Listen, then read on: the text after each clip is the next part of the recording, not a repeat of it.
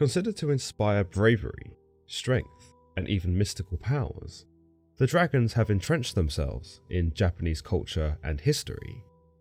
But unlike the dragons we find in more Western stories, the dragon's mortality was far more complex. To think of a dragon is to often think of a winged, fire-breathing monster that preys upon civilizations and decimates mankind without remorse. It prowls in the skies with threatening menace, or lurks in a cave where only fools would trespass. But to the Japanese, the dragon could be a good omen, a beast that was pure and divine, and could not only empower a man with virtue and wisdom, but could even save his life. The dragons were not monsters, for the most part. They were often gods, deities who could be prayed to, and entities that brought protection and blessing. But much like any pantheon, or set of beliefs, there can always be an exception to the rule. To some, the dragon, like the deity Ryujin, could be merciful, empathetic, and even loving to those who were pure, or to those who had shown reverence. But to others, the dragon could be viewed with a more Western perspective, where the dragon was vicious, deadly, and above all, evil. One such creature was known as Yamata no Orochi, the eight-headed dragon. Yamata no Orochi, or simply Orochi, exists in two ancient texts. The first is from an early chronicle of myths and legends known as Kojiki, or an account of ancient matters, written in 680 AD, whilst the second is from yet another chronicle titled Nihon Shoki, or the Chronicles of Japan, written in 720 AD. In both accounts, the beastly dragon is described as having 8 heads and 8 tails, and in both accounts, the dragon appears to be just as fearsome as its appearance would indicate. The ancient text tells us that there once lived an old married couple, who were perpetually disheartened. It wasn't the simple case that the husband and wife no longer loved each other, or that the two had grown distant, but instead that 7 of their 8 daughters had died. These were not normal deaths either, but instead were brutal and ruthless murders by the wicked dragon Yamata no Orochi, a terrifying beast that had preyed upon the family by snatching up a daughter every year in one of its gruesome maws. For 7 long years, this had been the family's way of life, fretting year by year as daughter after daughter was consumed by the hungry and merciless dragon. And so came the 8th year, and the old couple ruminated over their last remaining daughter, who they knew was only days away from going the same way as her sisters, head first into the mouths of the wicked Orochi. But whilst things were bleak for the old couple, things were even bleaker for the storm god Susanoo. After having teased his sister, the sun goddess Amaterasu, one too many times, Susanoo was banished from heaven and sent tumbling down to the earth, where he landed near the head of the He River in Izumu province. No doubt he was in a foul mood, having been expunged from his home, and no doubt he was considering a means to repay his sister for such a punishment. But then, before he could even fathom such a thought, he noticed in the river beside him that 2 chopsticks were floating by. Realizing that there must have been people nearby, Susanoo followed the river until he came upon the old married couple, who were inconsolable as they held on to their last daughter. Noticing their distress, Susanoo approached them and demanded to know what was wrong. "I had 8 young daughters," the old man told Susanoo, "but the 8-forked serpent of Koshi has come every year and devoured them one by one. Today is the day he comes again, to take our last remaining daughter, and so we weep." Susanoo felt for the old man and his wife, for he could see how gravely they doted on their final daughter, and how it would pain them to lose her after having lost so much already. He asked the old man what the dragon looked like, to which the old man replied, "Its eyes are like winter berries. It has one body with 8 heads and 8 tails, but its body is not reptilian or scaly, but instead mossy and covered in cypress and conifer. Its length is over 8 valleys and 8 hills, and if you look at its belly, you'd see it is bloody and inflamed. Hearing of this, Susanoo had to agree that the beast did sound like a monstrosity. He also knew that the old couple would be no match for such a menace, and that if the monster came again, it would surely consume their last remaining daughter, as it had done with the previous 7. "I will face this dragon for you," Susanoo declared, having been touched by the old married couple's story. Indeed, the beast sounded dreadful, but Susanoo was not afraid. He might have been exiled from the heavens, but he was still a god. "But in exchange," he added, "I would take your last remaining daughter for myself." The old married couple were unsure of what to say. They would have agreed to any deal if it meant their daughter would live, but this man before them was a stranger, and whilst his sentiment may have been in the right place, they could not imagine him defeating this dragon on his own. With their indifference, it had come to dawn on Susanoo that the old married couple had no idea who he was. "I am the elder brother to the heaven-shining great august deity," Susanoo began immediately. "I am Susanoo, god of storms. I have descended from the heavens, and will tame this accursed beast you describe as the Serpent of Koshi, this Serpent of Death." It was with this that the old married couple changed their tune.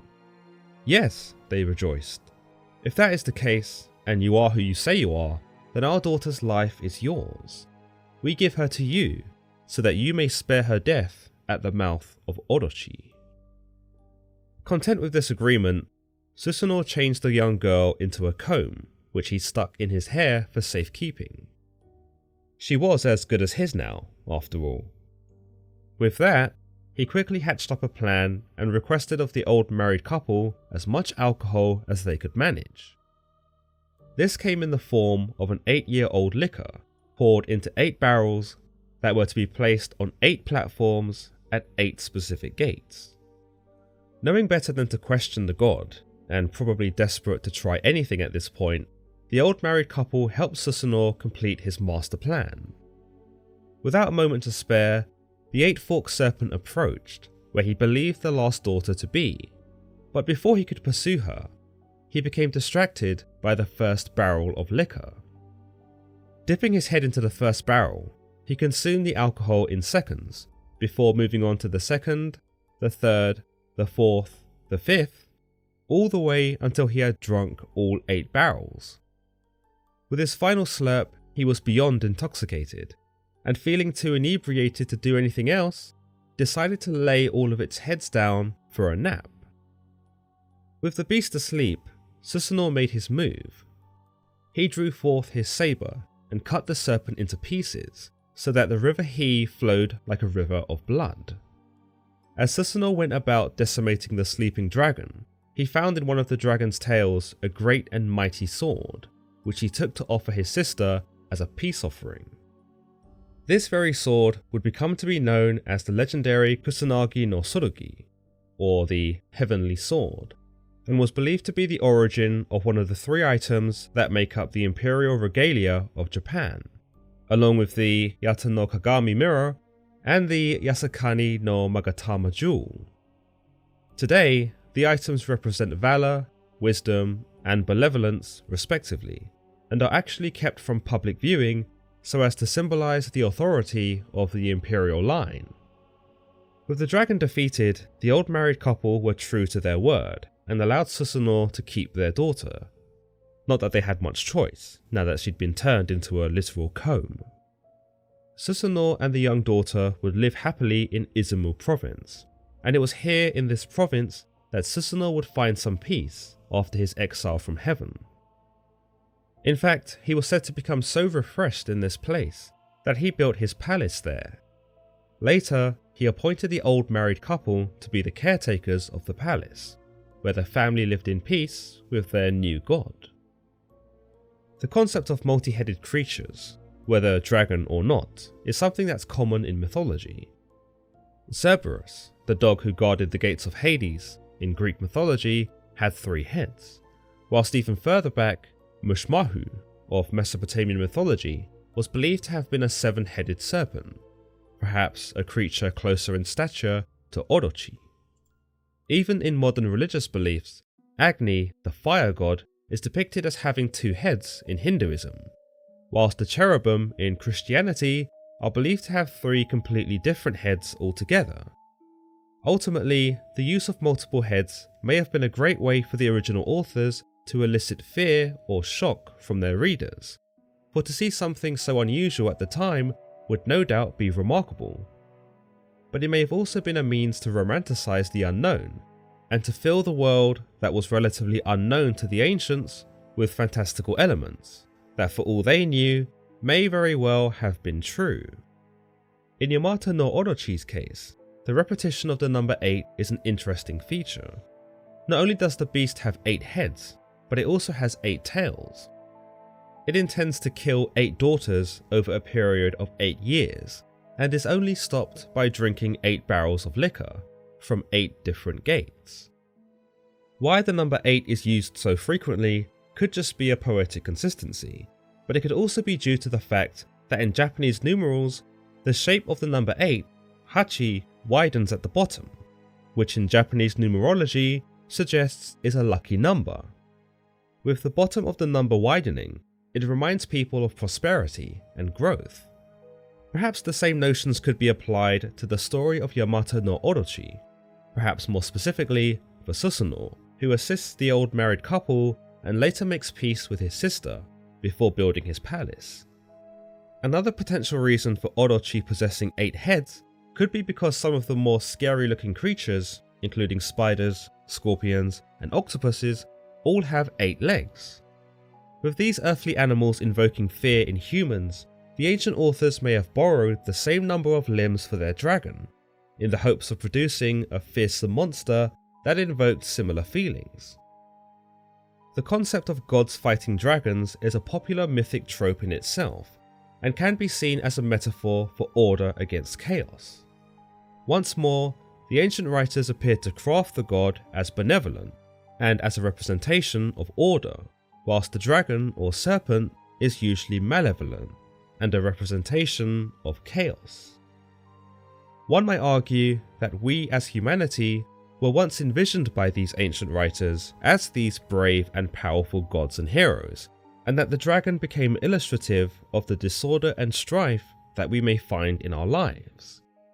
Whether it be Thor fighting Jormungand, Zeus fighting Hydra, or St. George slaying a dragon, chaos and disorder are always overcome, perhaps an ancient ode to our own perseverance. As always guys, if you've enjoyed today's episode on exploring dragons and serpents, then don't forget to give this video a thumbs up, and don't forget to subscribe for more content just like this. Until next time.